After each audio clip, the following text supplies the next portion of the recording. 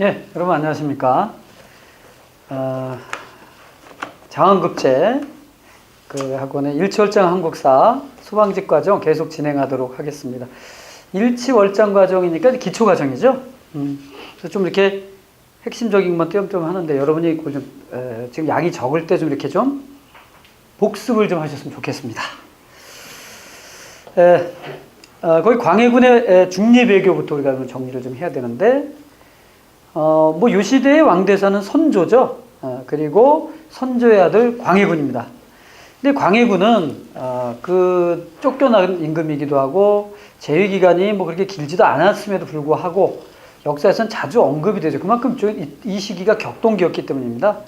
그래서 이 광해군에 대한 왕대사는 정리를 좀 해보시죠. 자, 정치적으로는 대북파의 지원으로 즉위했다. 그래서 우리 북인이 중심이 돼서 광해군을 옹립한다고 아까 설명을 했고요. 거기 보니까 교화를, 정치에 보면, 교화로 수도를 옮기려는 계획을 세웠으나 실현되지는 않았습니다. 이렇게 천도 계획이 있었다는 사실도 좀 알아두셔야 되겠습니다. 천도와 관련해서는 장수왕이 천도한 적이 있고요. 그 다음에 이제, 백제 같은 경우는 어쩔 수 없이 천도를 했잖아요. 고려 왕조는 서경천도, 일종의 천도하려고 했는데 실패했고요. 그 다음에, 이 발해 같은 경우는 오경을 돌아다니면서 천도를 여러 번 했고요. 그 다음에, 지금 우리가 이제, 통일신라 같은 경우는 경주에서 달구벌이 어디예요? 대구죠? 대구로 천도를 하려고 신문왕 때 준비 다 했다가 이루어지지 않습니다. 그리고 조선왕조에 들어와서도 여러 천도 얘기가 있었고, 우리 개경과 서울을 왔다 갔다 한 거 앞에서 봤단 말이죠. 초창기에. 개경하고 한양을 왔다 갔다 했잖아요. 그런데 중대 이때 와서 교화로 수도를 옮기려는 아주 구체적인 노력이 있었어요. 그러나 광해군이 폐위가 되지 않았다면 했을 수도 있을 겁니다. 최근에 최창조 교수라고 요새 풍수지리, 근대식 풍수지리 주장하는 분 같은 경우가 전 서울대 교수였잖아요. 교화가 통일 한국의 수도가 되는 것이 좋을 것 같다. 이런 말을 하기도 했죠. 자, 그 다음에 경제적으로는 유명한 양전사업과 호적조사사업을 해서 전후 복구를 했고요. 경기도에서 대동법을 시작했다. 별표 3개입니다. 대동법은 나중에 경제에서 합니다. 특산물 쌀로 대신 내는 건데 매우 중요한 세법이거든요. 이걸 처음 실시했습니다.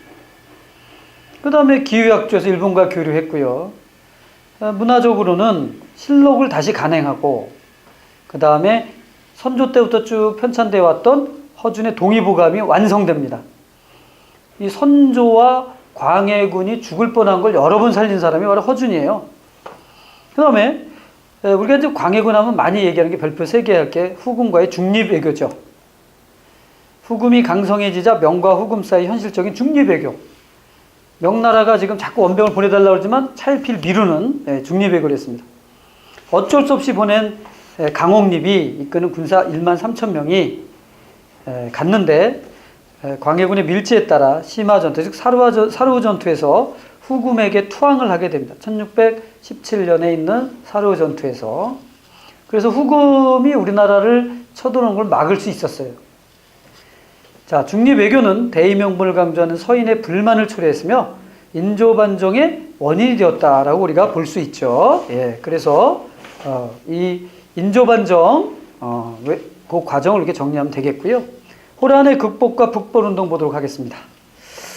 자, 광해군의 이러한 노력에도 불구하고 광해군은 인조반정으로 쫓겨납니다.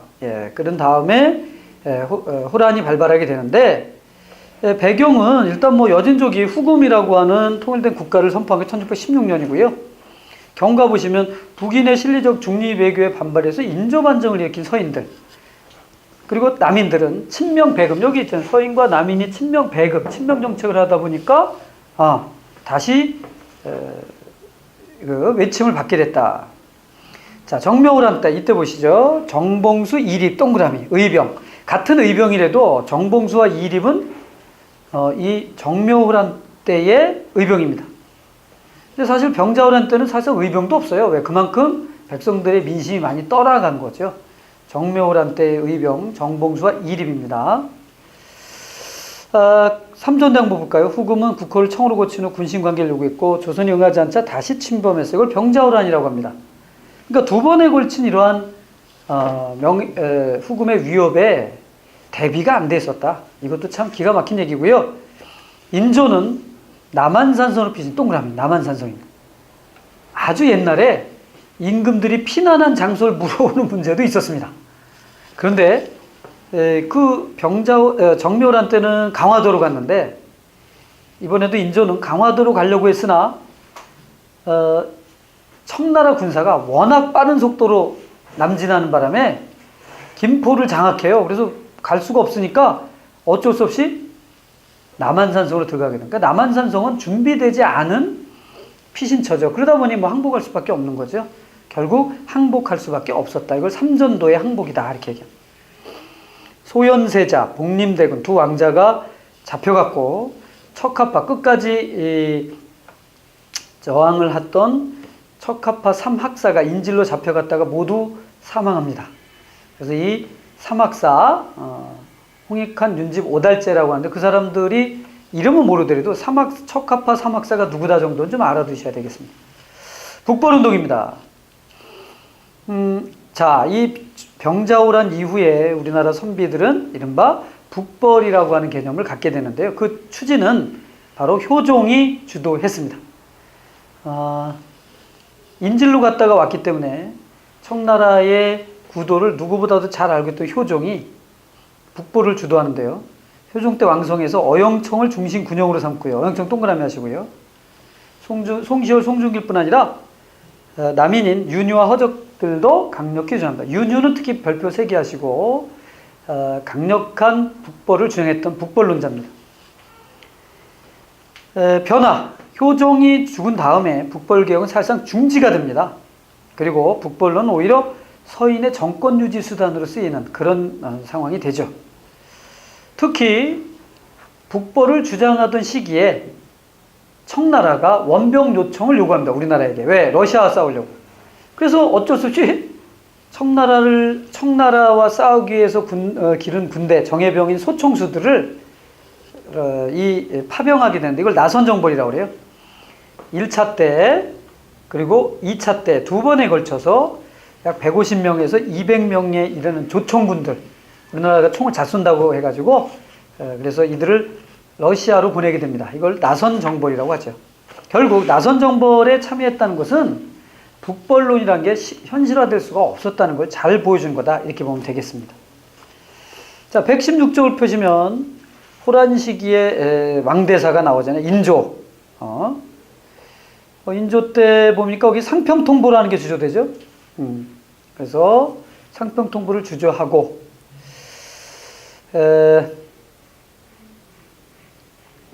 그 상평통보 주조라고 돼 있는데 요거는 상평청을 하는데 이 상평통보는 널리 퍼지진 않습니다. 그렇기 때문에 본격적으로 한 건 숙종 때예요. 그러니까 여러분 요거는 좀 지워주시기 바랍니다. 김회계 건의로 상평청 설치하고 상평통보가 아닌데 이건 잘못된 거예요. 상평통보에 다른 우리 이른바 다른 다른 화폐를 주조했거든요. 근데 널리 쓰이지도 않았기 때문에 상평통보 주조는 지워주시기 바랍니다, 여러분. 죄송합니다. 지워주시고요. 그 다음에 거기 보니까 군영을 설치했죠. 인조 때. 영정법이 시행되고요. 효종은 북벌을 했습니다. 그리고 김효기의 건의로 3번에 보면 대동법을 확대했고요. 하멜이 표류해온 시기가 바로 이때입니다. 1653. 이것도 좀 별도적으로 알아뒀으면 좋겠어요. 네덜란드는 하멜이 표류한 시기가 바로 효종 때고 1653년. 이들은 어떻게 보면 서양과의 접촉할 수 있는 계기가 됐는데 이들을 철저히 무시하죠. 예. 자, 현종 때는 아까도 얘기했지만 예송이라는 게 있었다 그랬죠. 남인과 서인의 대립, 상복을 누가 더 많이 입느냐. 오케이. 자, 여기까지 하고서 여기까지가 이제 보통 우리는 조선 전기다 이렇게 얘기를 하고요. 자, 이때의 경제로 우리가 넘어가도록 하겠습니다. 조선의 경제 정책, 농본주의 뭐 다 아는 거고요. 그 다음에 토지제도, 과전법이잖아요. 자, 과전법 한번 볼까요? 원칙이 한 3가지가 있었는데 경기도에 한해서 지급한다라는 규정이 있었습니다. 그러니까 수조권을 주는 거거든요. 일정한 지역에서 토지를 정해서 그걸 토지라고 주면 그 토지의 소유권을 주는 게 아니라 그 토지를 경작하고 있는 실제 소유주인 농민이 국가에 세금을 내죠. 그 세금을 받을 수 있는 권리를 주는 거예요. 그런데 경기도에 해놨고요. 모두 전현직 모두를 줬습니다. 18등급으로 나눠서 니은 원칙적으로 세습은 허용치 않았습니다. 하지만 수신전과 휴량전, 수신전 관리가 죽었는데 부인이 재가를 안 하면 경제대책 해주는 거죠. 휴량전 자식이 너무 어려요. 관리가 죽었는데 그러면은 토지의 권리를 그대로 인정해 주는 겁니다. 그 다음에 디귿 보니까 관리가 수조권을 직접 행사해서 해당 지역에 가서 10분의 1의 전조를 받아 그 가운데 15분의 1의 지세를 국가에 납부하는 그런 형식으로 이제 가게 되는 거예요. 근데 이제 많은 학생들이 잠깐 몰랐던 게 뭐냐면 과전법으로 토지를 지급받은 사람이 이제 세금 10분의 1을 받는데요. 그 중에 15분의 1을 또 국가에 납부하게 돼 있었습니다. 소량이지만. 세조는 앞에서도 봤지만 이런 원칙을 완전히 바꾸죠. 즉 현직 관리에게만 수조권을 주자 이렇게 된 거예요. 그 다음에 더 중요한 게 있어요. 토지 지급액을 감소시키고 수신전과 휴량전을 폐지합니다. 수신전, 휴량전 폐지도 여러분 동그라미 하시고 별표 3개 하십시오. 왜? 그만큼 토지가 부족해졌다는 걸 우리가 보여주는 거고요. 성종 때 관수관급제와 결국 명종 때 와서 직전법이 폐지되는데 이때쯤 되겠죠? 여기 사화가 일어나는 직전법이 폐지된 거예요. 이 얘기는 무슨 얘기냐? 토지를 지급하는 게 없어진다는 게. 수조권, 우리나라 역사에서 통일신라부터 있었던 수조권은 소멸됩니다. 그럼 관리들은 뭘 받죠? 녹봉만을 받게 됩니다. 월 얼마씩 이제 녹봉을 받게 되는 거예요. 원래는 녹봉도 받고 토지도 받았는데, 자, 수조권 제도는 완전히 사라졌습니다. 이후 지주전호제가 확대되었다. 그러니까 양반 입장에서는, 그러니까 관리가 되더라도 경제적으로 보상을 못 받기 때문에 틈만 날 때마다 토지를 확대해 갑니다. 그래서 자기가 직접 경작하고 소작농에 경작해서 토지를 그러니까 직접 소유하고자 하는 욕구가 많아졌다는 거예요. 그 전에는 소유 욕구가 있긴 있었지만 그렇더라도 뭐 어차피 관리가 되면 수조권을 줘서 이제 세금 받을 수 있었잖아요. 그래서 이제 소유권에 대한 자기가 소유하고자 하는 욕구가 좀 덜 많지 않았다면 직전법이 폐지되면서 더 이상 이제 그 국가로부터 기댈 게 없잖아요. 그러니까 자기 토지를 많이 넓혀가지고 토지의 수입에 의존해야 되니까 그런 식의. 근데 그런 식이 되다 보니까 자기가 직접 경작 안 하거든요. 소작농에게 토지를 맡기고 이렇게 되죠. 그러니까 소작농을 전호라고 하니까 지주전호제다 이렇게 얘기하는 겁니다. 네. 자, 이번에는 세금제도인데요. 세금제도, 자, 전세제도의 변천, 토지세, 조세 이렇게 했는데, 이제 과전법은 수확량의 10분의 1을 냈거든요. 근데 이걸 이제, 그 수확량의 10분의 1을 내는 걸 관리가 가져가든 국가가 가져가든 백성은 어쨌든 이걸 내는 거예요. 근데 이걸 여러분 알다시피, 아까 누구예요? 세종대왕이 공법을 시행했죠. 연분 구등과 전분 6등이 됐고요. 그러다가 인조 때, 영정법이란 걸 하는데요. 일종의 정액제 방식. 즉, 이렇게 여러 개 연분 6등을 하고 전분 9등을 하고 관리의 비리가 많아지고 하다 보니 그냥 모두 일정한 세율을 내라. 이렇게 된 거죠. 그래서 보통 4두를 내라. 그걸 영정법이라고 합니다. 자, 이제 왜 조선왕조는 이렇게 많은 공법을 만들고 했냐면 토지의 비옥도가 달랐기 때문인데 이때쯤 와서는 비옥도가 비슷해지니까 이제 이렇게 그냥 통일한 겁니다. 공납은 특산물 내는 거잖아요. 그런데 집집마다 호에다가 호라는 말 동그라미야. 집집마다 부과해야 되기 때문에 잘 사는 사람이든 못 사는 사람이든 똑같이 부과합니다. 따라서 부담이 아주 컸어요.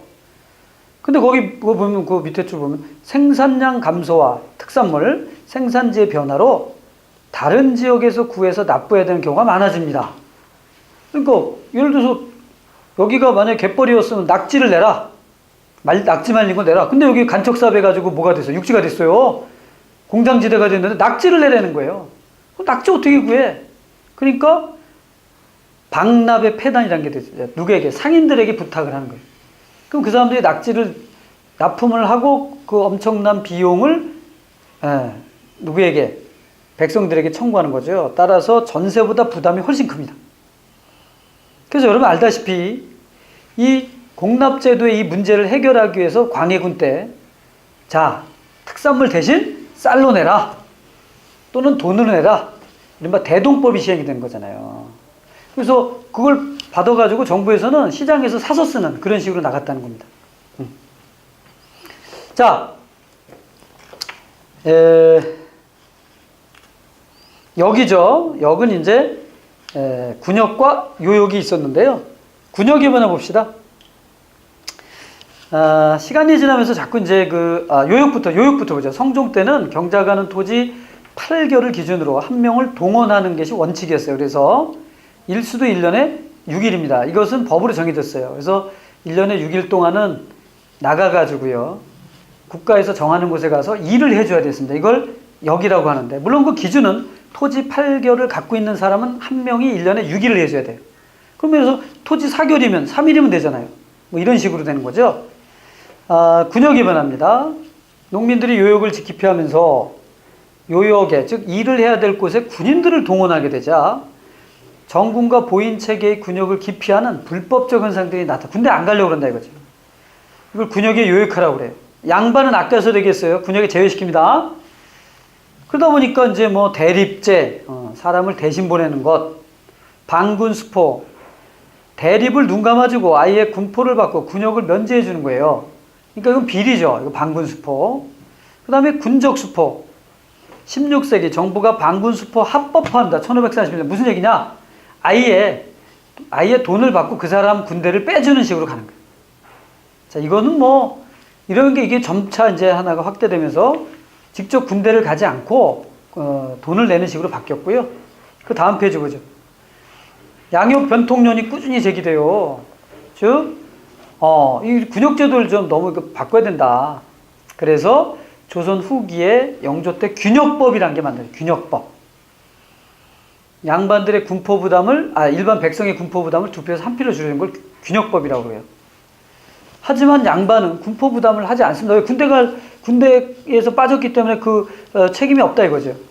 기가 막힌 얘기인데, 흥선대원군 때 호포법이 시행됨으로써 양반들에게도 군포를 부과하게 됩니다. 그래서 지금 조선조에 있어서의 군역 변화를 한눈으로 정리를 했어요. 그러니까 이거는 여러분 반드시 여기서 정리하셔가지고 무슨 얘기하고 있구나 이 정도 알아들어야지, 뭘 보면. 그래서 양인개병을 했는데 점차 양인개병이 무너지고 대립제로 갔고, 그 다음에 방군수포 군포 내고 안 갔으며 아예 그게 합법화되고 이제 아예 이렇게 군포만 내고 군대 안 갔는데 그 군포 부담이 커지니까 2필에서 1필로 줄여줬지만, 사실 균역법이란 말을 보면 역을 균등히 한다고 그랬잖아요. 그러면 사실 균등히 하려면 어떻게 돼? 양반들에게도 부과해야죠. 그걸 못했어요. 그러다가 호포법 때 이것을 이제 흥선대원군이 양반들에게도 군포를 부과함으로써 이제 군역이 이제 평준화되는 일이 벌어졌습니다. 수치제도가 점차 이 시기는, 그러니까 이 조선 후기가 아니라 지금 조선 전기이기 때문에 상당히 문란해졌다 이렇게 볼 수 있고요. 조선 전기의 경제 활동인데 전기의 농업 활동과 관련해서 하나 동그라미 할게요. 거기 보면 조보리콩을 돌려지는 인연상자 윤작법. 조선 초는 휴경지가 없어진다는 겁니다. 인연삼작 윤작법 동그라미 하시고요. 거기 휴경지 감소 연작 가능 이렇게 했는데 휴경지가 사실상 없어지죠. 연작 가능이 중요한 겁니다. 수거업은 주로 관영 수거업입니다. 거기 보면 전문적 기술자를 경공장, 서울에 있는 이 공장은 기술자를 얘기합니다. 외공장, 지방에 있는 사람 분류해서 공장한 이들의 명부를 만들어가지고 등록을 하게 했어요. 관청에서 필요한 물품을 제작 공급하도록 했어요. 공장들 1년에 몇 달 동안 교대로 관청에 나가서 물품을 제조하고 월급을 받았습니다. 쬐끔. 그러니까 필요한 물품을 사서 써야 되는데 시장이 없잖아요. 그게 안 되니까 기술을 갖고 있는 사람을 확보해가지고 직접 만들겠다는 겁니다. 근데 이제 나중에 어떻게 돼요, 이게? 시간이 이제 조선 후기로 가서는 아예 수공업자에게 돈을 받고 그 돈을 가지고 수모 물품을 시장에서 사서 쓰는 형태로 갑니다. 여기도. 자, 상업활동은 시전상인이 있었다. 시전. 한양, 종로에 점포를 열고 활동하는 관상, 관청에서 허가한 상인. 점포세와 상세를 납부하였으며 관청에 필요한 물건을 납품하는 대신 금 난전권이라는 독점 판매권. 이 사람들이 파는 것을 난전이라고 하는 사설 상인들이 팔 수 없는 권리. 이걸 금 난전권이라고 그래요. 예. 아무래도 이렇게 되다 보니까 독점을 했다는 얘기겠죠. 조선 전기의 상업활동에 대해서 우리가 꼭 기억할 게, 별표 3개 할 게 바로 장시의 출현, 장시. 성종 때쯤에 교역을 하는 장시가 출현해서 흉년이 들었던 전라도 지역에서 출현하거든요. 그 흉년이들은 먹을 게 없죠. 근데 바다에서는 먹을 게 나요. 고기 같은 거 잡고. 그러니까 이제 그거 가지고 또 이렇게 교환하고 하면서 말이죠. 바다 사람들은 또 뭐가 없어요. 식량이 없으니까 서로 이렇게 교환하고 말이죠. 이런 식의 장시가 출현한다. 화폐는 부진했다. 저화라고 하는 지폐가 있었죠. 법정, 이게 조선의 법정 화폐입니다. 하지만 거의 뭐 상품 경제가 발달하지 않았기 때문에 화폐는 발달하지 못했습니다. 조선 전기에 윤필상이라고 하는 성종 때 유명한 공신이 있어요. 영의정까지 지냈는데 윤필상이 죽었을 때 그의 졸기를 보면요, 윤필상은 되게 탐욕스러웠다고 나오거든요. 근데 그의 졸기에 보면 그의 집에 이 포목, 무명이 수만 필이 쌓여 있었다고 나옵니다. 그럼 왜 그 사람이 포목상이에요? 그걸 돈으로 쓰던 시대죠. 그때는 화폐가 발달하지 못했기 때문에 그런 증거로 봅니다. 저는 뭐 부패, 개인의 부패도 부패지만 재밌는 기록이 있어요. 자, 근세의 사회입니다. 양반 관료 중심의 사회였다. 거기 1번 양천제와 반상제, 아주 중요한 내용인데요. 여러분 요건 좀 잘 기억을 하셔야 됩니다. 원칙적으로 경국대전에는 양천제 또는 양천이원제라고 규정이 돼, 양천제라고 이제 규정이 되어 있는데요. 이거는 15세기의 신분을 양인과 천민으로 구분한 제도입니다. 크게는 둘로 나눴다는 거예요.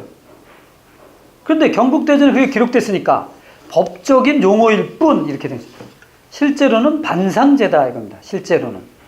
즉 양반과 나머지를 나누는 거죠. 이렇게 양반 그리고 중인상민 천민, 즉 우리가 보통 상민이라고 하는 사람들, 그들로 나눈 거죠. 이걸 반상제라고 그래요.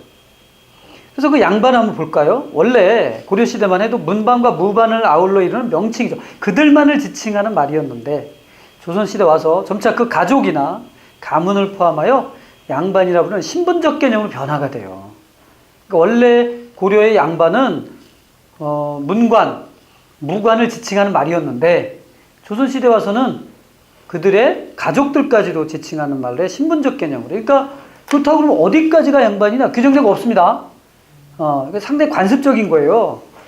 그러니까 이게 이 사람을 딱 떼어가지고 한 사람을 떼었다 이 사람 양반이냐 아니냐 판정하기 되게 어려워요. 그 공동체에 들어가서 봐야 됩니다. 그래서 뭐 그 사람의 뭐 3대 4대의 그 직책이라든가 주변 사람들의 관계 이런 거 봤을 때 서로 양반이 인정이 되면 양반이고, 이런 면에서 양반은 좀 애매하지만 강력한 신분적 특권을 갖게 됩니다. 양반. 중인은요, 거기 밑에 넓은 의미로는 양반과 상민의 중간 신분이지만 좁은 의미로는 기술관, 그 국가의 이제 기술직 관리들 있잖아요. 기술관을 가리킵니다. 그 다음에 보세요. 중앙과 지방관청의 직역을 세습하는 서리, 향리, 기술관이 이제 주로 넓은 의미의 중인이 되는 것이죠. 네. 그 중에 우리가 좀 관심을 갖게 서얼이에요. 별표 셋인데 중인과 같은 법적 처우를 받아 중서라고도 불렸는데요. 이 사람들은 아버지는 양반인데 어머니는 양반이 아닌 홍길동 같은 사람 아니겠어요? 신분적 차별이 경국대전에 법제화되면서 문과 응시가 금지됩니다. 무과는 응시가 가능했지만 무과의 응시에서 급제해도 한품 소용이라 하여 승진에 제한을 뒀습니다. 네. 이들을 서얼이라고 부르죠. 그러니까 양반의 수가 급속도로 느는 것을 막으려고 했던 거예요. 굳이 따지고 보면. 그러니까 양반의 특권을 계속 가지려고 했던 것이죠. 조선 전기 보면 참 재밌는 일이 아버지가 종하고 성관계를 해가지고 자식들이 여럿을 낳았어요. 그러니까 그러면 자기 이복 동생들인데, 자 우리 아까 노비 신분에서 어떻게 했어요? 어머니든 아버지든 한쪽이 노비면은 무조건 일천즉천이죠. 그러니까 그 친구들은 전부 원래는 노비가 돼야 되는 거예요. 근데 이제 아버지가 양반이니까 시간이 지나면서 이제 중인 같은 그런 이제 입장을 했는데 조선 전기에는 어땠냐면 아까 내가 얘기를 꺼낸 이유는 자기 아버지가 죽자 그들을 모두 내다 팔은 사례가 있습니다. 왜? 이복 동생이지만 천민이잖아요. 그런 경우도 있어요. 그런 사례도 있어요. 그런 거는 이제 지탄을 받긴 했습니다. 그렇지만 법적으로는 잘못된 게 하나도 없는 거죠. 그러니까 이제 시간이 지나면서는 이제 집안에서 그렇게까지는 할 수 없으니까 이제 이렇게 집안 일원을 받아들였지만 그들을 양반 신분을 주지 않고 제한시켰다는 겁니다. 아, 참 나쁜 제도죠. 이런 제도는 뭐 있어서는 안 될 것이고 지금도 우리가 생각해 봐야 돼요. 능력 있는 사람들을 썩히지 않을까. 그거는 우리 국가적으로 낭비거든요. 조선이 이런 짓을 했으니 양반은 군역도 안 하고 중인들도 빼고 서울들도 빼고 그럼 도대체 누가 나라를 지키고 누가 어떻게 했겠습니까? 자, 그 밖에 상민과 천민이 있었다. 뭐 그 정도 앞에서 얘기한 거 그대로 반복되는 거 넘기시고요. 백정은 앞에서 그 120쪽에 보시죠. 고려시대에는 농민을 지칭했지만 조선시대 도축업에 종사하는 계층을 지칭하였으며 무당, 창기, 광대와 더불어 천민으로 취급했다는 거 기억하시기 바랍니다.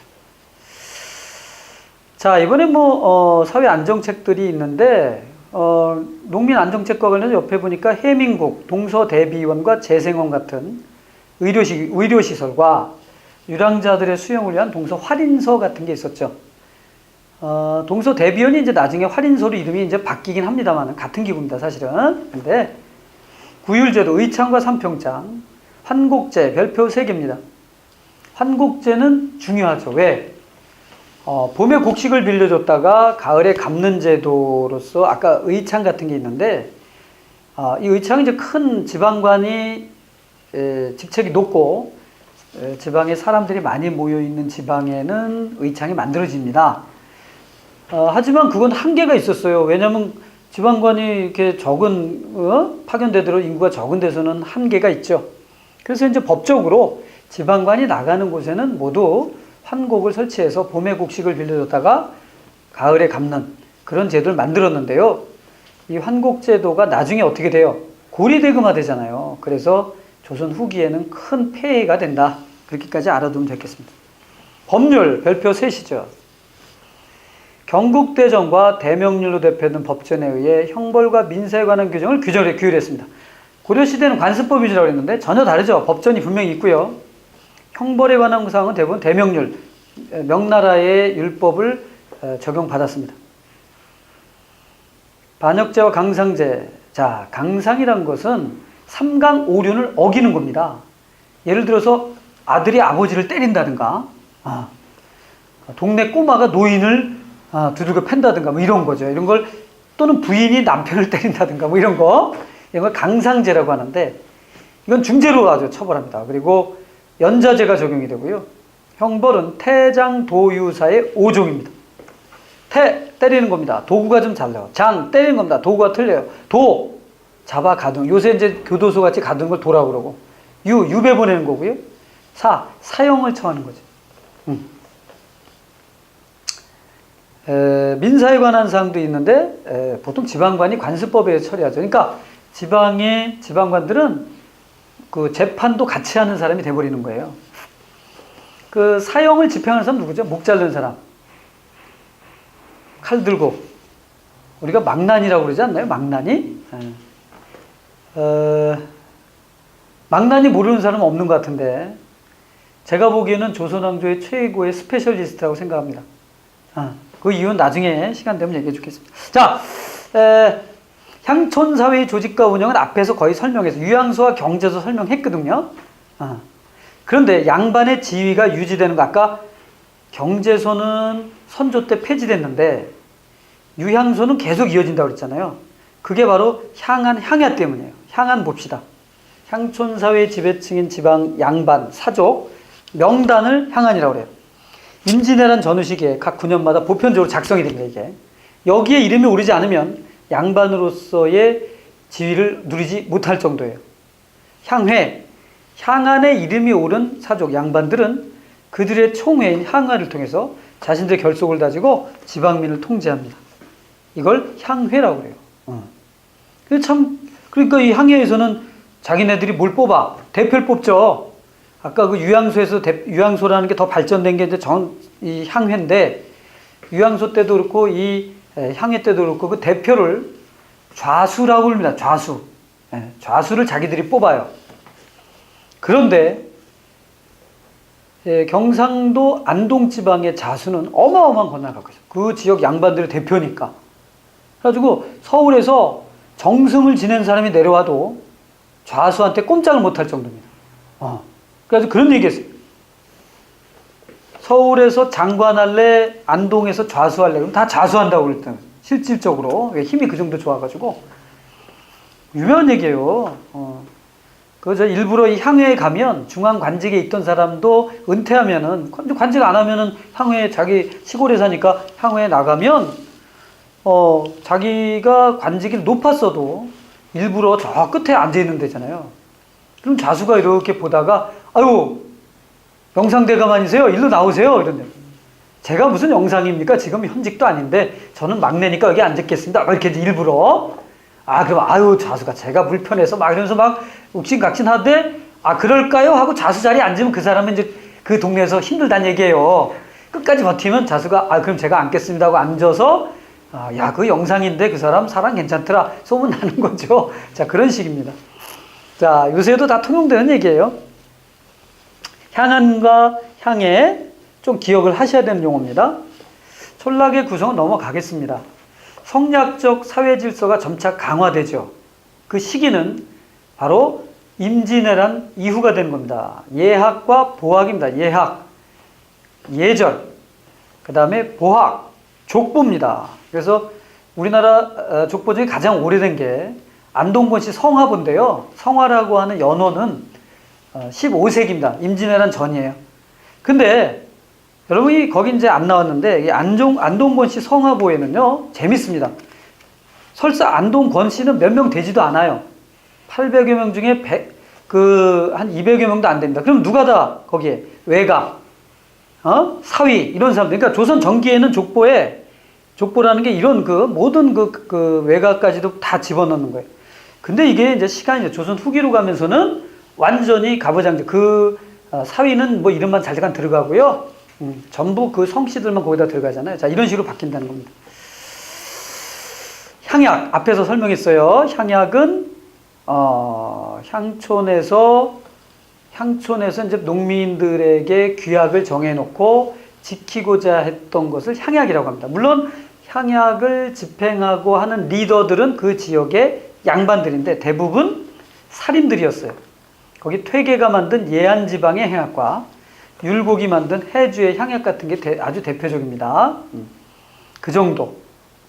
거기 결과 볼까요? 밑에서 둘째 줄. 백성을 조직하여 향촌의 질서 유지와 자치적 기능을 맡았고 향약의 시행으로 지방 살림의 지위는 강화된다는 거죠. 여기 아까 그래서 서원과 향약으로 지방을 장악한다고 분명히 얘기했잖아요. 서원. 앞에서도 얘기했죠. 지방의 학교입니다. 거기 보면 역할 보십시다. 최초의 서원은 주세붕이 서원 백운동 서원이 되겠습니다. 1543년에 서원이라는 게 처음 만들어지는데요. 이황 선생이 나중에 이제 영주의 지방관으로 나갔을 때 건의를 합니다. 정부에 이 서원을 좀 어떻게 융성시켜 주세요. 그러니까 국왕이 소수란 이름을 내려주죠. 이걸 소수서원 이제 이름을 바꾸는데 이런 현판을 받았기 때문에 이걸 사액서원이라고 합니다. 그러니까 국가로부터 인정받은 서원이 되는 거죠. 이때부터 서원이 우후죽순 만들어져서 여러분 알다시피 흥선대원군이 서원 철폐할 때 전국에 600개가 넘었다고 하니까 어마어마한 거죠. 예. 자, 그 다음 페이지입니다. 이제 근세, 조선 전기의 문화에 대해서 정리를 해보도록 하겠습니다. 조선 전기의 문화 역시 사상적으로는 유교, 불교, 도교, 풍수지 이건데 한번 생각해 보세요. 이미 조선은 성리학 국가입니다. 불교를 배울 필요가 전혀 없어요. 왜? 탄압을 뭘 배워요? 그 도교 이런 거 그러니까 유학이 중심이고요. 유학만 하면 되는데 특히 이 시대를 우리는 제목을 거기 나오지만 민족문화의 융성, 별표 3개. 민족문화의 융성. 우리가 민족문화라는 말을 쓸 수 있는 시기가 있다면 조선 전기에 해당이 된다는 겁니다. 자, 민족문화가 발달된 배경을 한번 볼까요? 15세기 초기에 주도 세력인 관학파, 홍구파는 민생안정과 부국강병을 위한 과학기술과 실용적 학문을 중시해요. 그러니까 민생을 안정하기 위해서 과학기술에 관심을 가졌다는 거죠. 성리학 이외의 학문과 사상도 포용해서 민족문화가 크게 발전했고, 그 민족문화 발전의 중추 중에 중추가 바로 한글 창제라 이겁니다.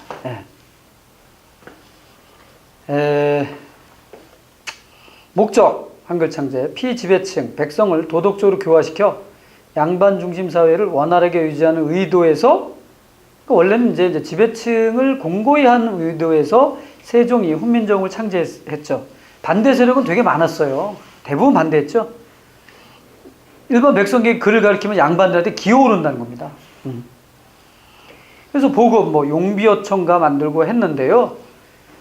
서리 채용에 훈민정음을 시험을 보게 돼. 시험 과목에 들어가면 널리 퍼지거든요. 이런 적도 있었다 입니다. 근데 여러분 알다시피 우리나라의 교육기구에 이제 수능 같은 경우에 어린아이들 이제 수능 보잖아요. 그러면 거기에 한국사가 필수가 된 게 한 1, 2년밖에 안 되거든요. 참 지네 나라 역사를 선택에다 넣는 사람들이 어디 있습니까? 참 기가 막히네요. 예. 역사서의 편찬인데요. 조선시대는 거기 관청벌 기록이 많았고요. 그 관청벌 기록을 등록이라고 보통 이름을 붙여요. 무슨 등록. 대표적인 게 이런 등록들을 모아가지고, 거기 이제 승정원 일기 같은, 승정원에서 쓴 일기나 등록 같은 걸 모아서 실록을 편찬합니다. 실록 편찬 나오죠? 예. 봅시다. 실록은 내부를 만들어서 춘추관, 성주, 충주, 전주에 사고를 설치해서 보관했어요. 만약을 대비해서. 좋은 선택이었습니다. 왜냐하면 임진왜란 때 이 사고가 다 불타죠. 전주 사고도 불탈 위기에 있었는데 전주의 유생들이 자발적, 볼런티어 됩니다. 볼런티어들이 자발적으로 이거를 사고를 옮김으로 인해서 불타는 걸 면했어요. 그래서 이제 전쟁이 끝난 다음에 다시 내부를 더 만들어서, 그럼 토탈 5개죠. 전국 이번엔 산에다가, 도시가 아니라 산에다가 보관하게 되는 거예요. 이때 일본이 마지막 하나 남은 것까지 불태웠더라면 여러분의 역사 교육의 부담은 많이 줄어들었을 겁니다. 일본 놈들 나쁜 놈들이네요. 말이 좀 이상한데. 자, 예. 예. 그래서 실록 편찬, 그 정도. 그리고 의궤라는 것도 그때 당시엔 사진 기술이 없었기 때문에 중요 행사를 그림으로 그려서 놔둔 걸 의궤라고 합니다.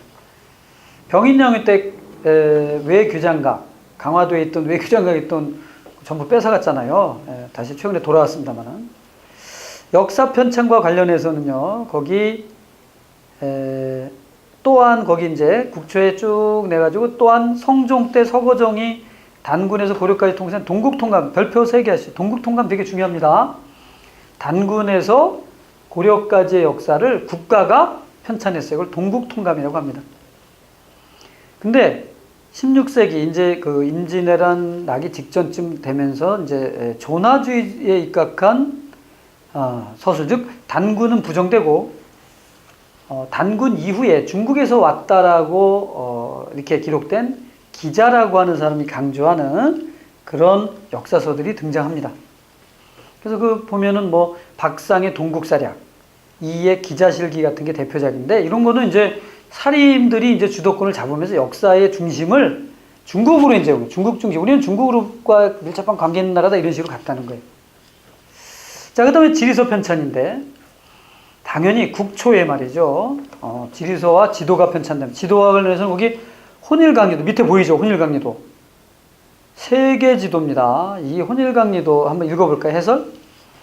혼일강리도 우리나라 최초의 세계 지도로 태종 때 김사영, 이무, 이회 등이 제작했으나 원본은 현재 일본에 있습니다.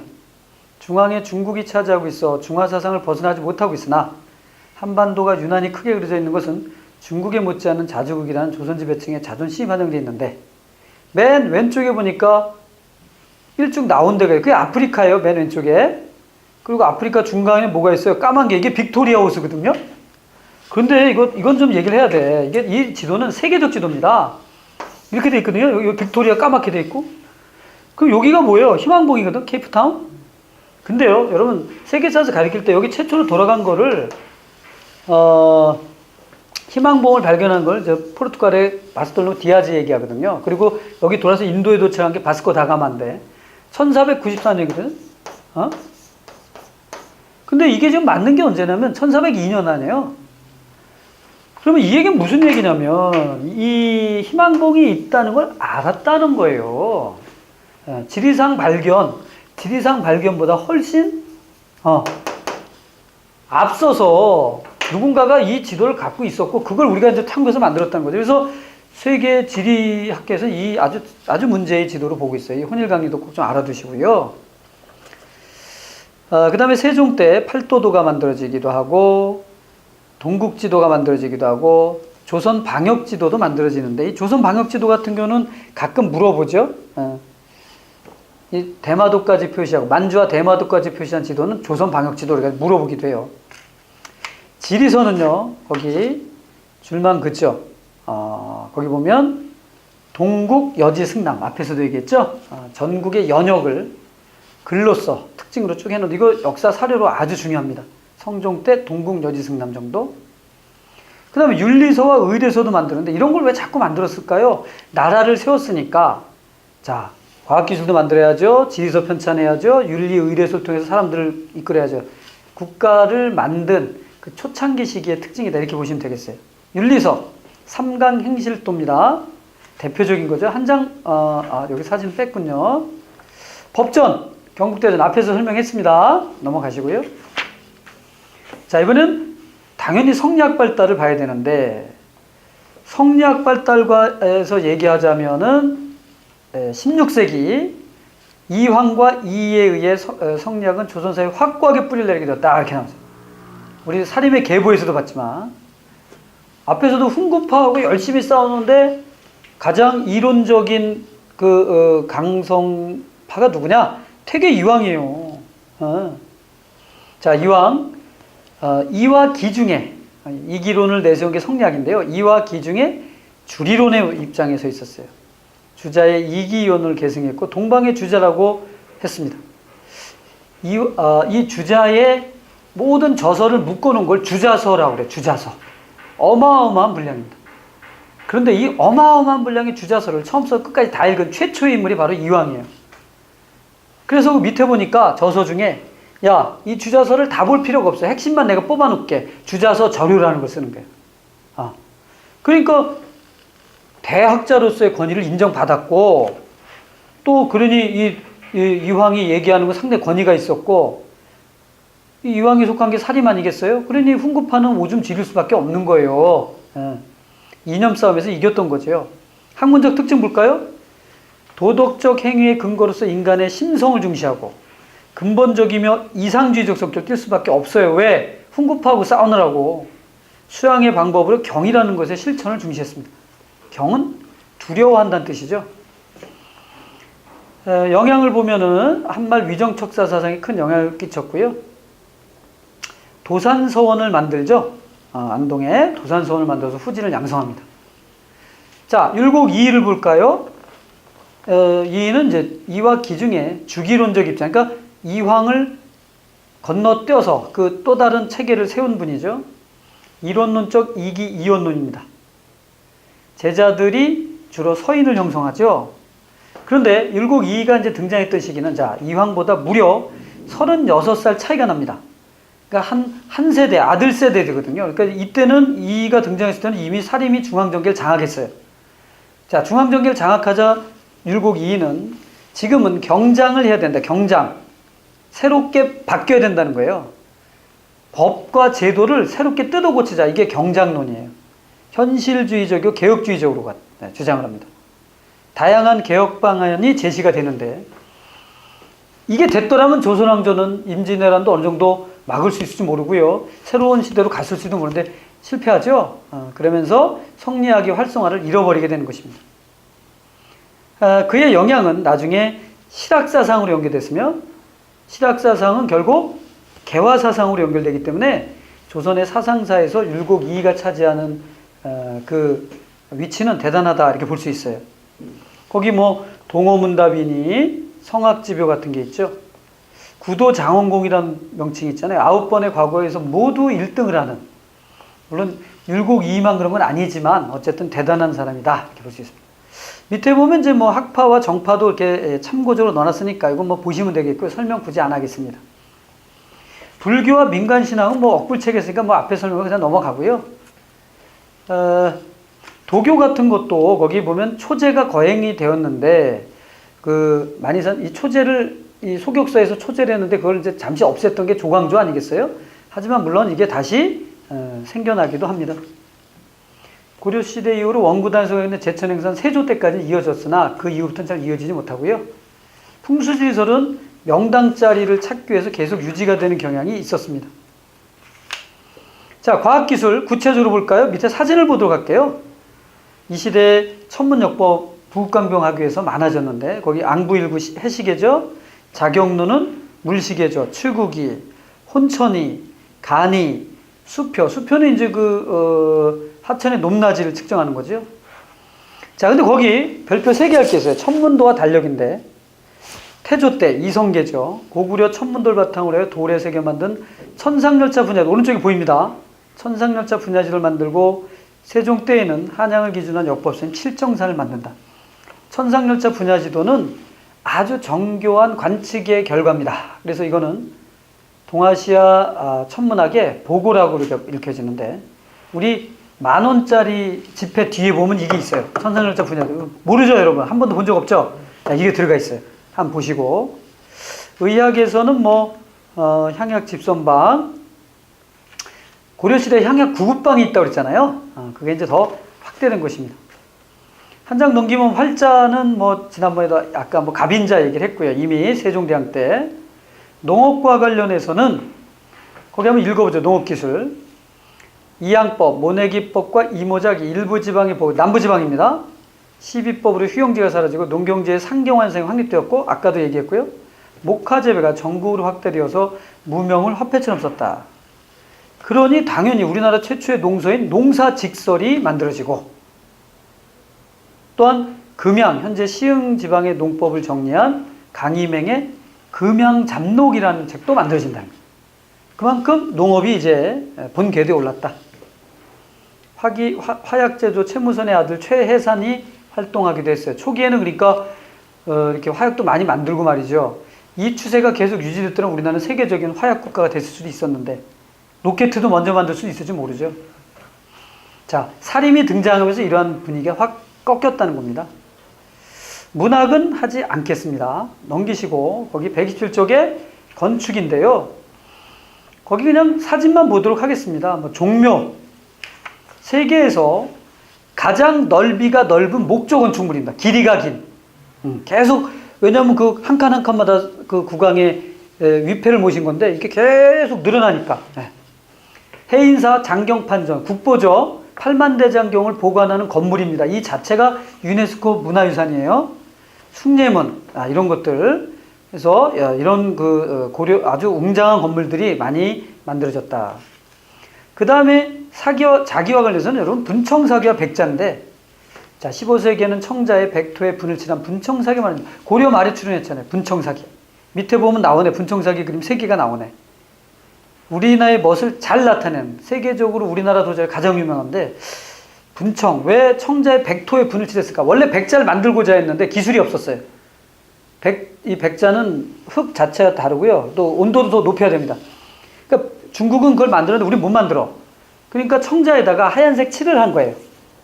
그리고 만들다 보니까 아주 독특한 게 된 거예요. 유니크한 게. 전 세계에서 분청사기를 만든 나라 우리나라가 유일합니다.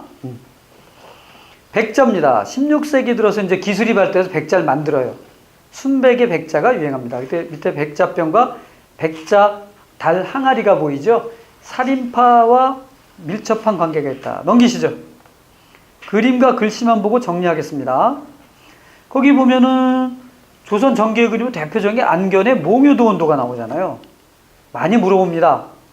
그 다음에 문인 화가인 강희안은 아까 강희맹의 동생인데 고사관수도에서 무념무상에 빠진 선비의 냄새. 밑에 고사관수. 조선 전기의 그림 거의 많지 않아요. 요 시기에 요 두 그림이 아주 대표적이죠. 자, 16세기로 오면서 사림이 등장하는 시기죠. 화풍이 발달하고 산수화나 사군자 그리는 게 유명해요. 사군자 그리는 이유는 왜 그래? 지들이 선비니까 이제 거기 뭐 이상자의 송화보월도니 신사임당의 초충도니 어몽룡의 월매도 뭐 이런 것들, 이종의 묵죽도 이런 게 나오잖아요. 자, 사군자들이 많이 그렸다. 사군자를 그림으로써 선비들의 기상을 나타내려 했다. 그 정도입니다. 글씨는 거기 보니까 한 사람은 한호, 우리 석봉이라고 하죠. 한석봉. 어머니와의 불공정한 게임에 의해서 충격받은 사람 있잖아요. 에? 그 한석봉의 석봉체. 조선 전기다. 기억하시고요. 음악과 무용은 그냥 넘어가도록 하고 읽어보시기 바랍니다. 앞에서 뭐 박연의 아학과 세종의 정감보는 다 얘기를 했으니까요. 정리가 됐을 거라고 봅니다. 자, 여기까지 해서 우리 조선 전기의 흐름도 모두 마무리를 했어요. 자, 다음 시간에는 조선 후기, 근대 태동기, 변화의 시대에 대해서 정리를 해보도록 하겠습니다. 오늘 수업 여기서 마치도록 하겠습니다. 수업 듣느라 고생 많으셨습니다. 감사합니다. 감사합니다. 예, 수고하셨습니다.